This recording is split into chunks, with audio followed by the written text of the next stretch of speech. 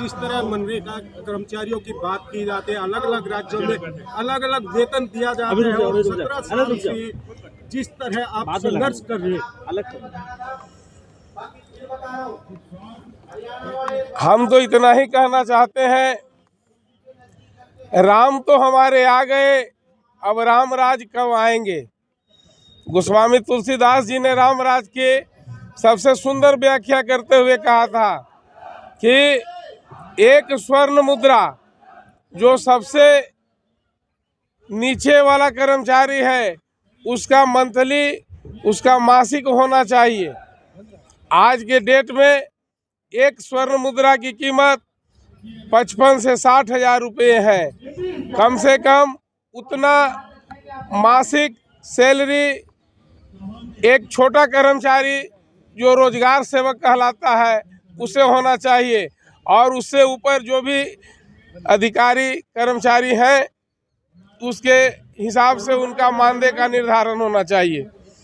हम 17 वर्षों से काम करने वाले मनरेगा में जो मजदूरों के साथ जुड़े हुए लोग हैं, जो 70% आबादी के साथ मिलकर काम कर रहे हैं विगत 17 वर्षों से दिन रात। हर बूथ पर हमारे 200-300 मजदूर रहते हैं, उन सभी को लेकर हम लोग काम कर रहे हैं।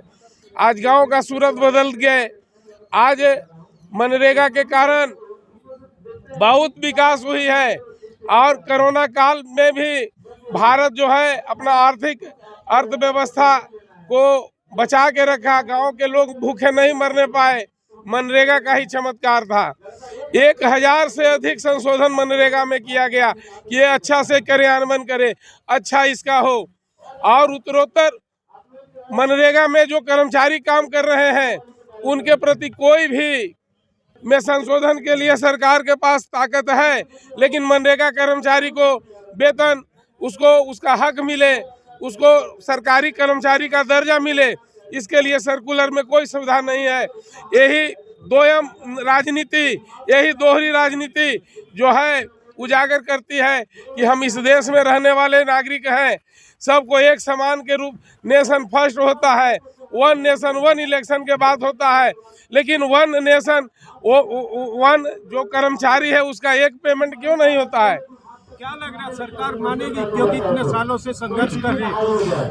अभी लोकसभा चुनाव आने वाले हैं, और लोकसभा चुनाव के मद्देनजर सरकार मनरेगा में 86,000 करोड़ का व्यवस्था किया है बजट में।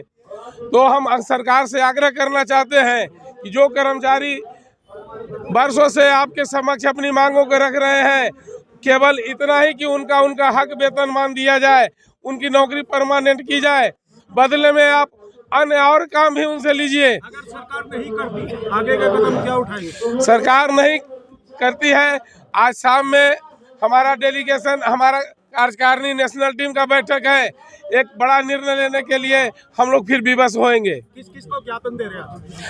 पीएमओ भारत सरकार, प्रधानमंत्री कार्यालय को, ग्रामीण मंत्रालय को हम अपना ज्ञापन देने जा रहे हैं।